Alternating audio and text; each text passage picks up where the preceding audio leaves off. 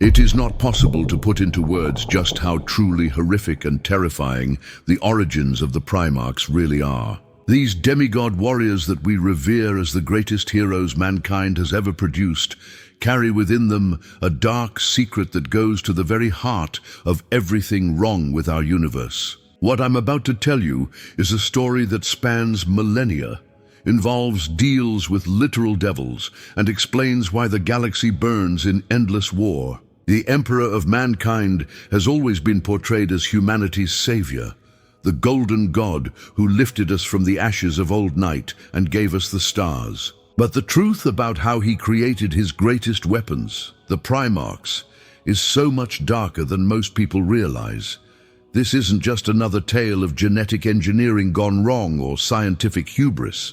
This is the story of how the master of mankind made a pact with the very forces of darkness he claimed to oppose, and how that bargain would ultimately doom our entire species. To understand this cosmic betrayal, we need to go back to the very beginning, to a time when the Emperor walked among mortals and the galaxy was shrouded in the terrible storms that cut humanity off from itself. The Age of Strife had lasted for thousands of years, and during that time, something fundamental had changed about the nature of reality itself. The warp, that parallel dimension of psychic energy that mirrors our physical universe, had become a seething cauldron of malevolent force. The Emperor knew that to reunite humanity and reclaim the galaxy, he would need more than just regular armies or even the Space Marine legions he was planning to create. He needed generals who could match him in power and intellect, beings who could command not just respect, but absolute loyalty from the transhuman warriors he intended to forge. He needed the Primarchs. But here's where the story gets interesting, and by interesting I mean absolutely terrifying. The Emperor, for all his immense psychic power and scientific genius, couldn't create the Primarchs alone. The genetic templates he was working with were beyond even his considerable abilities to perfect. He had the raw materials, the basic framework of what would become his sons, but he lacked the final piece that would make them truly transcendent. What the Emperor needed was knowledge that existed beyond the boundaries of the physical universe. He needed access to the fundamental forces that shaped life itself, the primordial energies that could take his genetic experiments and elevate them into something approaching godhood. And there was only one place in the entire cosmos where such power could be found: the warp itself. Now, the Emperor wasn't naive. He knew exactly what dwelt in that dimension of pure thought and emotion. By the time he was working on the Primarch project, the four great powers of chaos had already solidified into their current forms. Khorne, the blood god, fed on mankind's endless capacity for violence and rage. Nurgle, the plague father, grew fat on our fear of death and disease. Slaanesh, the prince of excess, had been born from the decadent fall of the Eldar Empire. And Tzeentch, the changer of ways, spun his webs of fate and manipulation across time itself. These weren't just powerful demons or alien entities. These were fundamental aspects of reality itself, primal forces that had existed since the first sentient being experienced emotion. They were, in every sense that mattered, gods. And the Emperor knew that to create beings who could stand against such cosmic powers, he would need to bargain with those very same entities. The deal itself was struck in secret, in a place that exists between dimensions where the laws of physics hold no sway. Picture this if you can: the master of mankind, the being who would one day denounce all religion and proclaim that there were no gods, sitting at a table with the four greatest evils the universe has ever known.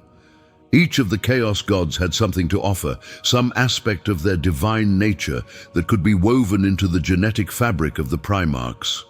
Khorne offered strength and martial prowess beyond mortal comprehension. His gift would create warriors who could cleave through armies and inspire absolute loyalty through demonstration of pure physical dominance. But his price was that some of the Primarchs would carry within them an insatiable hunger for battle, a need for conflict that could never truly be satisfied. Nurgle promised resilience and endurance, the ability to survive any hardship and lead through the darkest times. His children would be nearly impossible to kill and would inspire hope in the most desperate circumstances. But the Plague Father's bargain came with its own cost. Some of the Primarchs would be cursed with an understanding of entropy too deep for mortal minds to bear, a knowledge of decay that would eventually consume them. Slaanesh whispered of perfection and charisma, of the ability to inspire devotion and achieve heights of excellence that would make mortals weep just to witness them. The Dark Prince's gifts would create leaders so magnificent that entire populations would follow them to their deaths with songs on their lips. But such perfection came with its own damnation, an inability to accept anything less than absolute excellence that would drive some of the Primarchs to madness. And Tzeentch, the most cunning of all the dark gods, offered knowledge and foresight. His gifts would create minds capable of strategies so complex they could span millennia, leaders who could see patterns in chaos that no mortal intellect could grasp. But the Changer of Ways never gave anything without extracting a price. Some of the Primarchs would be cursed with a thirst for forbidden knowledge that would ultimately lead them to seek power from the very entities that had helped create them. The Emperor agreed to these terms because he believed he could control the outcome. He was, after all, the most powerful human psychic ever born, a being who had walked among our species since before recorded history began. He had guided humanity's development for tens of thousands of years, always working from the shadows to push our species toward its destiny among the stars. Surely he could take the gifts of the Chaos Gods and purify them, strip away the corruption while keeping the power. But the Chaos Gods are older than human civilization, older than most of the stars we see in the night sky. They understood the nature of corruption in ways that even the Emperor, for all his wisdom and experience, could not fully grasp.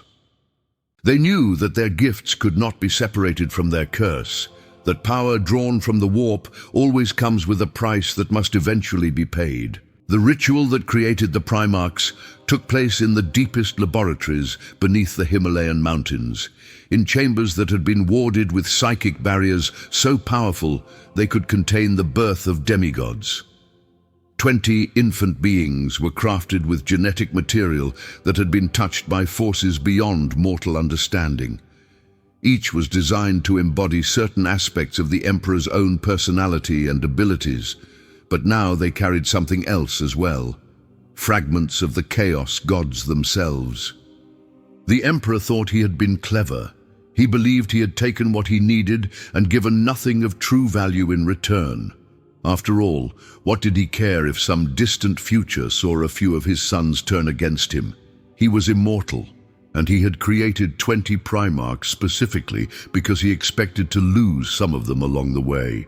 He had always been a pragmatist, willing to sacrifice anything and anyone to achieve his ultimate goal of humanity's ascension. But the Chaos Gods had planned for this moment long before the Emperor had even conceived of the Primarch project. They knew that the master of mankind's greatest strength was also his greatest weakness, his absolute conviction that he was right about everything. They played on his arrogance, his certainty that he could outsmart beings who had been manipulating fate since before Earth's sun ignited. The moment the infant Primarchs drew their first breath, the Chaos Gods struck. They didn't break their bargain with the Emperor. Technically, they had delivered exactly what they had promised, but they had never agreed to let the Emperor keep his new sons. In a psychic storm that shook the very foundations of reality, the 20 infant Primarchs were scattered across the galaxy. This wasn't random chance or an unfortunate accident. This was the Chaos Gods collecting on their investment. They had given the Emperor the power to create beings that could challenge the fundamental forces of the universe, but they had always intended to claim some of those beings for themselves. The scattering of the Primarchs was the first move in a game that would span 10,000 years and consume billions of lives. Each Primarch was deposited on a different world, carefully chosen by the Chaos Gods to shape their development in specific ways. Some landed on worlds where they would be raised as noble leaders, their natural charisma and abilities allowing them to unite entire populations under their rule. Others found themselves on death worlds where only the strongest survived, their martial prowess honed by constant warfare against impossible odds. But the most insidious aspect of the Chaos Gods' plan was that they didn't corrupt all of the Primarchs equally. Some, like Horus Lupercal, were allowed to develop as the Emperor had intended, becoming perfect examples of what a Primarch could be when raised properly. Others, like Angron, were subjected to such horrific circumstances that their corruption was almost inevitable. The genius of this approach was that it would drive the Emperor to distraction, trying to figure out why some of his sons remained loyal, while others turned against him. He would spend centuries analyzing the differences in their upbringings, their personalities, their genetic structure, never realizing that the answer lay in the bargain he had made before they were even born. When the Great Crusade began and the Emperor started reclaiming his lost sons, he was overjoyed to find that most of them had developed exactly as he had hoped. They were brilliant generals, charismatic leaders, and powerful warriors who could command the respect and loyalty of the Space Marine legions. But even as he celebrated these reunions, the Emperor began to notice troubling signs. Fulgrim's pursuit of perfection bordered on obsession. Angron's rage was so intense that it required surgical intervention just to keep him functional. Magnus had delved so deeply into psychic research that he was already trafficking with entities the Emperor knew to be dangerous.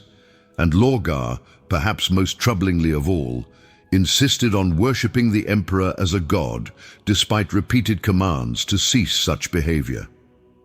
The Emperor tried to address these issues through discipline, through education, through direct commands backed by his immense psychic authority. He burned Monarchia to teach Lorgar about the dangers of religious faith. He censured Magnus at the Council of Nicaea to prevent further psychic experimentation. He even considered having Angron put down entirely before deciding that his martial abilities were too valuable to waste. But every attempt to correct these flaws only made them worse. The Emperor's harsh response to Lorgar's worship didn't convince the word-bearer that gods didn't exist. It convinced him that the Emperor was a false god who had betrayed his true nature. The Council of Nicaea didn't stop Magnus from using his psychic abilities. It drove him to use them in secret, making him more vulnerable to the whispers of entities that promised him the knowledge he craved. The Emperor's greatest mistake was that he never told his sons the truth about their creation. He couldn't, because admitting that he had made a deal with the Chaos Gods would have undermined everything he claimed to believe about the imperial truth. How could he preach that there were no gods while simultaneously admitting that he had bargained with the very entities he claimed didn't exist? This secrecy created a fundamental weakness in the relationship between the Emperor and his sons. The Primarchs knew they were different from normal humans, knew they possessed abilities that bordered on the divine, but they didn't understand where those abilities came from. When entities from the warp began whispering to them, offering explanations and promises of greater power, the Primarchs had no frame of reference to understand what they were really dealing with. The fall of Horus, when it finally came, was inevitable. Not because Horus was weak or because he was more susceptible to corruption than his brothers, but because the Chaos Gods had been planning his corruption since the moment of his creation. They had waited until he was the Emperor's most trusted son, the War Master who commanded the loyalty of half the Space Marine legions before making their move. The virus bombing of Istvan III wasn't just a tactical decision to eliminate Space Marines who might remain loyal to the Emperor. It was a blood sacrifice on such a massive scale that it tore reality itself apart, allowing the Chaos Gods to manifest their influence in the physical universe more directly than ever before. The betrayal at Istvan V, where 7 Space Marine legions were ambushed by their own allies, was another offering to the Dark Gods, proof that their long-term investment in corrupting the Primarchs was paying dividends. But the real masterstroke came at the siege of Terra itself.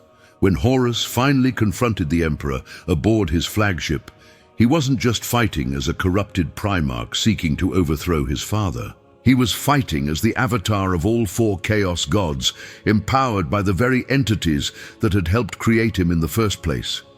The Emperor found himself facing not just his most beloved son, but the cumulative malice of the warp itself given form. The Emperor won that final battle, but at a cost that he hadn't anticipated. To destroy Horus, he had to unleash the full extent of his psychic power, burning away not just the chaos corruption, but the very essence of what had made Horus his son. And in doing so, he finally understood the true scope of what he had done all those years ago in his secret laboratory. The Chaos gods had never intended to keep their bargain. They had given the Emperor exactly what he asked for: 20 sons with the power to command space marine legions and conquer the galaxy. But they had always planned to turn those sons against their father at the moment when their betrayal would cause the maximum possible damage. The Horus heresy wasn't a failure of the Emperor's vision. It was the fulfillment of a plan that had been set in motion before the first Primarch had even drawn breath. The Emperor's internment in the Golden Throne wasn't just the result of the wounds he suffered fighting Horus. It was the consequence of a psychic backlash that occurred when he finally realized the full extent of his mistake. The shock of understanding that he had been outmaneuvered by entities he had thought he could control was so profound that it shattered his ability to maintain a physical form. But even this wasn't the end of the Chaos Gods' plan. They had always known that the Emperor would eventually realize what they had done, and they had prepared for that moment as well. His internment on the Golden Throne served their purposes perfectly, because it meant that he would spend the next 10,000 years slowly burning away, his psychic essence gradually being consumed by the effort of maintaining the Astronomicon and holding back the demons that constantly sought to pour through the webway gate beneath the Imperial Palace.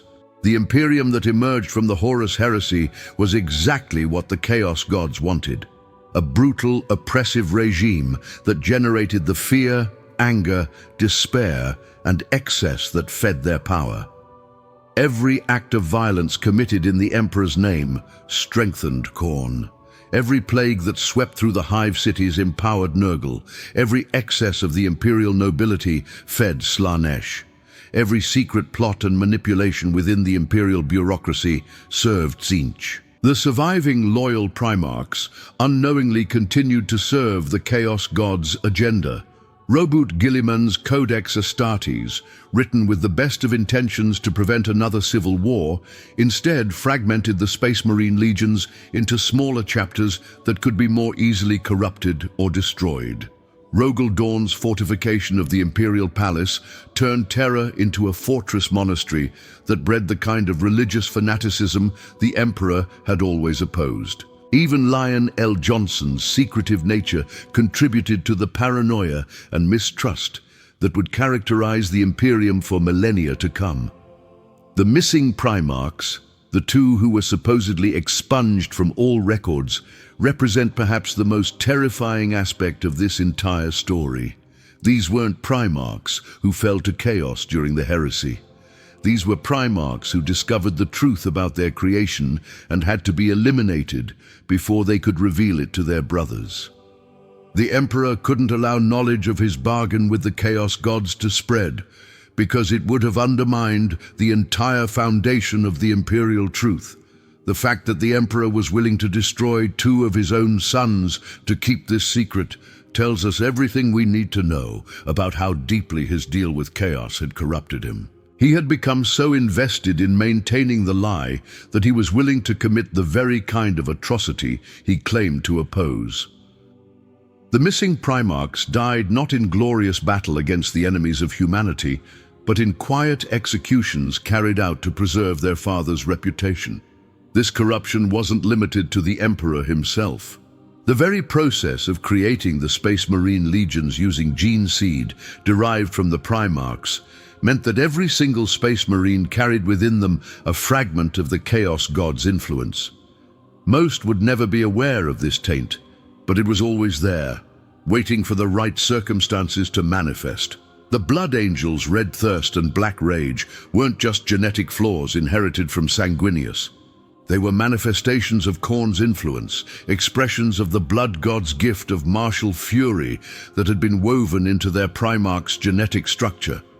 The Space Wolves' savage nature and resistance to psychic corruption came from Nurgle's gift of endurance, while their tradition of drinking and feasting reflected the Plague Father's association with abundance and consumption. Even the supposedly pure Ultramarines carried traces of Chaos influence. Their obsessive adherence to the Codex Astartes and their belief in their own superiority over other chapters reflected Tzeentch's gift of knowledge and planning, but also his curse of arrogance and the belief that they could control fate itself. The Dark Angels' secretive nature and their obsession with hunting the fallen wasn't just shame over their legion's divided loyalty during the heresy. It was the manifestation of Slaaneish's gift of perfection and the Dark Prince's curse of never being able to accept anything less than absolute purity. Every Dark Angel who joined the Deathwing or the Ravenwing was participating in a ritual of obsession that fed the god of excess. The traitor Primarchs, who fell during the heresy, were simply the most obvious manifestation of the Chaos God's plan.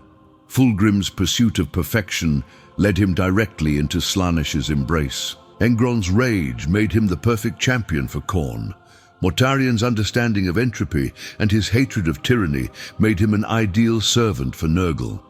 Magnus's thirst for knowledge delivered him straight into Tzeentch's web, but even the Primarchs, who remained loyal, were shaped by the same influences.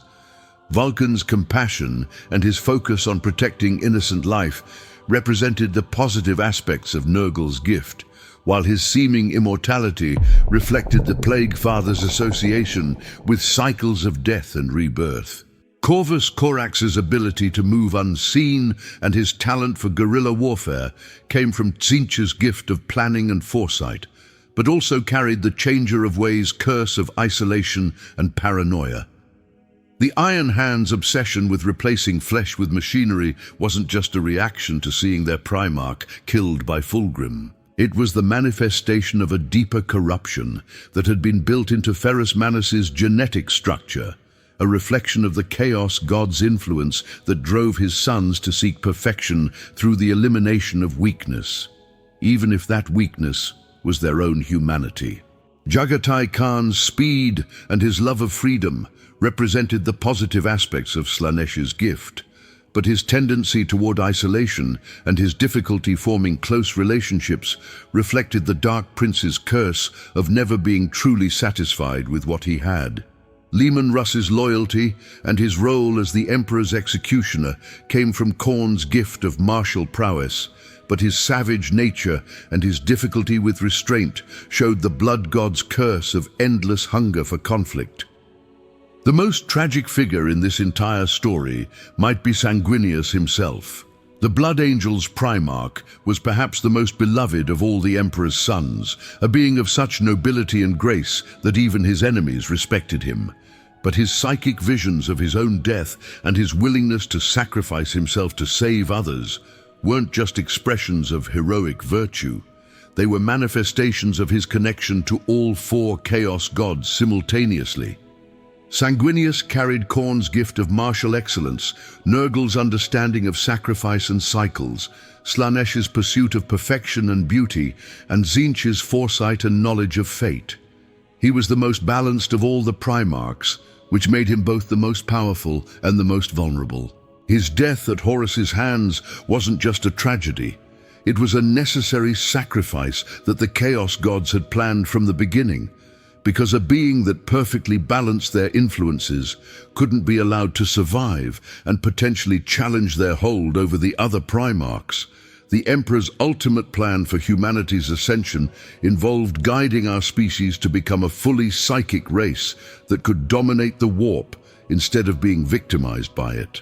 He intended to starve the Chaos Gods by eliminating the negative emotions that fed them, creating a golden age where humanity's psychic potential could be fully realized without the risk of demonic possession or corruption. But his bargain with the Chaos Gods had made this impossible. By accepting their help in creating the Primarchs, he had given them a permanent foothold in humanity's genetic structure. Every human who carried gene seed, every psyker who manifested abilities, every person who felt strong emotions was now connected to the warp in ways that strengthened the very entities the Emperor sought to destroy. The Astronomicon itself, the great psychic beacon that allows Imperial ships to navigate the warp, is powered by the Emperor's slowly dying essence and the sacrifice of 1,000 psykers every day. But it's also a massive psychic ritual that feeds the Chaos Gods, because every death that powers it generates the kind of suffering and despair that strengthens their hold on reality. The Emperor is trapped in a situation where he must continue to empower his enemies in order to keep humanity's interstellar empire functioning.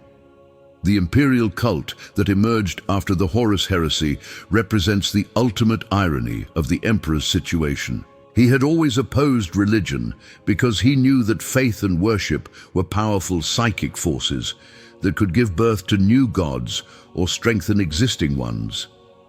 But his own deification by the very people he had tried to save has turned him into exactly the kind of entity he had always fought against. The Emperor is slowly becoming a fifth chaos god, a deity of order and tyranny that feeds on the blind faith and fanatical devotion of billions of imperial citizens.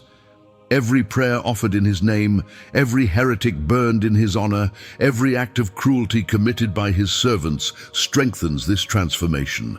He is becoming the very thing he had made his deal with the Chaos Gods to prevent. The Primaris Space Marines introduced by Belisarius Cawl represent an attempt to break this cycle, but they may actually make things worse.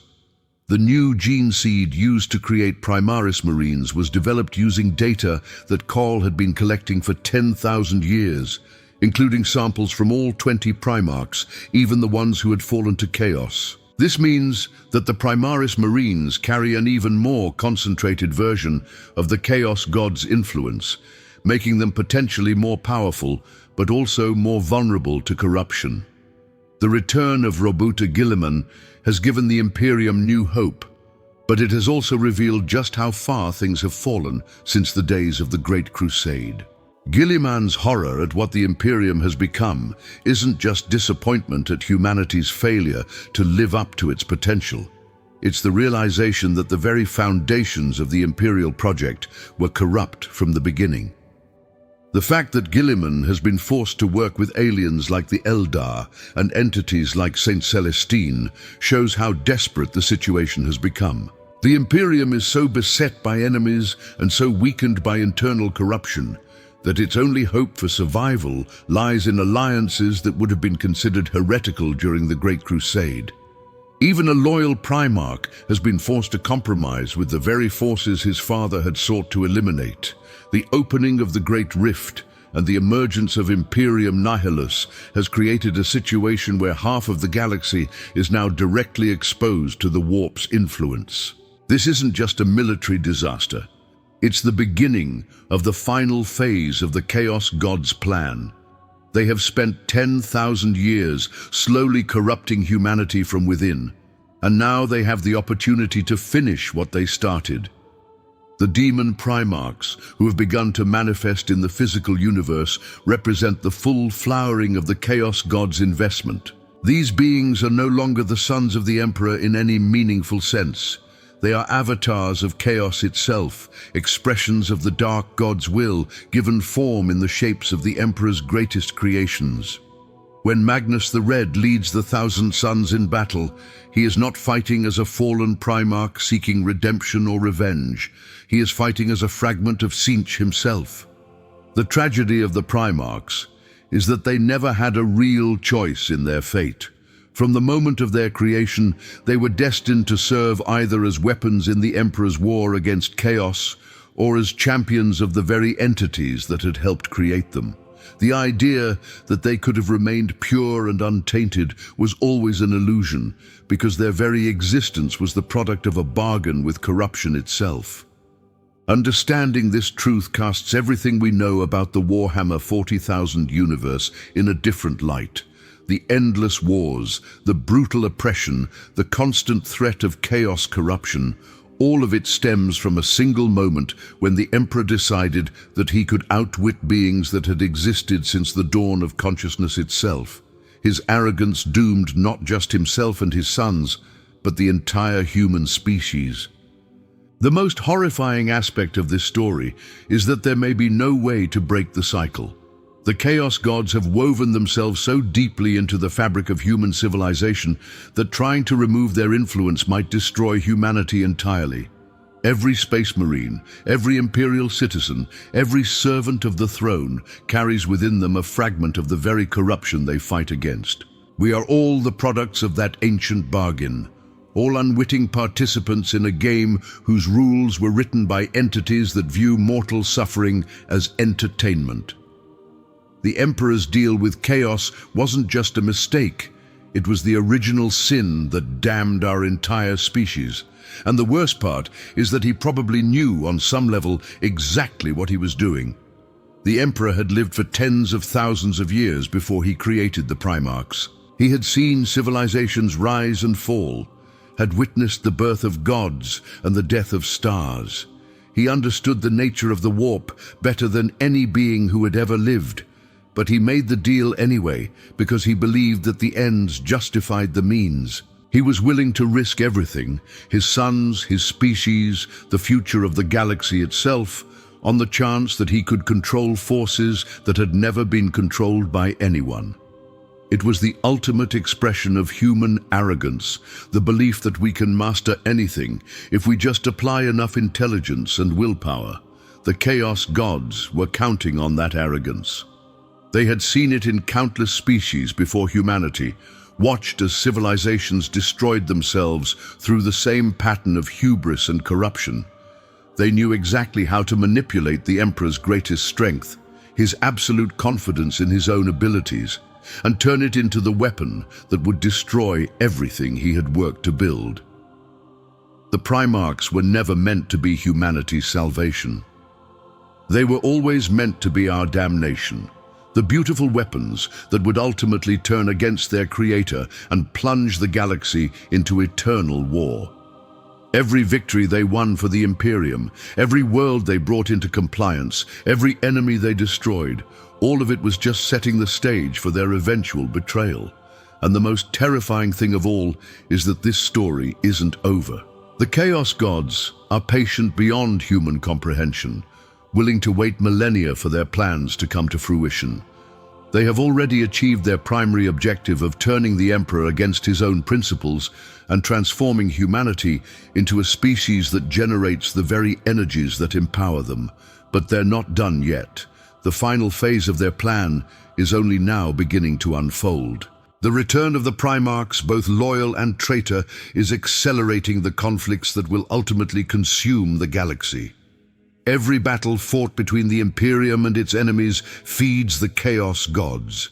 Every act of heroism and every atrocity committed in the Emperor's name strengthens their hold on reality. We are living through the endgame of a cosmic joke that began when the Emperor first walked into that place between dimensions and sat down at a table with the four greatest evils the universe has ever known. He thought he was making a deal that would save humanity, but he was actually signing our death warrant, and the Chaos Gods have been laughing about it ever since. The story of the Emperor's deal with chaos is ultimately a cautionary tale about the dangers of believing that we can control forces beyond our understanding. It's a reminder that every shortcut comes with a price, that every bargain with darkness eventually demands payment, and that the road to hell is always paved with the best of intentions. But it's also something more than that. It's an explanation for why the Warhammer 40,000 universe is such a relentlessly grim and dark place, why there are no easy answers or clear heroes, why every victory comes at such a terrible cost. The galaxy burns because it was always meant to burn, because the very foundations of human civilization were built on a lie that was designed to destroy us from within. The Emperor's deal with chaos is the secret that explains everything else, the original sin that echoes through every subsequent tragedy and triumph. Understanding it doesn't make the darkness any less dark, but it does help us understand why that darkness exists in the first place. In the grim darkness of the far future, there is only war, because war was always the point, the inevitable outcome of a bargain made in desperation and paid for in blood. The Primarchs carry this burden in their very genes, this legacy of corruption and betrayal that defines everything they are and everything they can ever become. They are magnificent and terrible, heroic and damned, the greatest achievements of human genetic engineering and the most catastrophic failures in the history of our species. They are living proof that some prices are too high to pay, some bargains too dangerous to make, and some knowledge too terrible to possess. And they are still out there, scattered across the galaxy, fighting wars that will never end because they were never meant to end. Each one carries within them a fragment of the Chaos God's will, a piece of that ancient bargain that will continue to shape the fate of humanity until the last star burns out and the universe itself comes to an end. The Emperor's deal with chaos wasn't just the beginning of the Horus heresy. It was the beginning of the end for everything we hold dear. And the most horrifying part is that it might have been the only choice he could have made, the only path that offered any hope at all for humanity's survival. Sometimes the difference between salvation and damnation is so small that you can't see it until it's too late to turn back. In the end, that might be the real lesson of this story, that in a universe as dark and terrible as ours, even our greatest heroes are capable of making mistakes that doom entire civilizations. The Emperor's deal with chaos reminds us that good intentions are not enough, that wisdom and power are not the same thing, and that sometimes the price of victory is so high that defeat would have been kinder. The Primarchs are still paying that price, and they will continue to pay it until the very end of time. They are both the greatest heroes and the greatest villains in human history, the sons who saved us and the sons who damned us, the living embodiment of everything noble and everything terrible about the human spirit. And somewhere in the warp, the Chaos Gods are still laughing.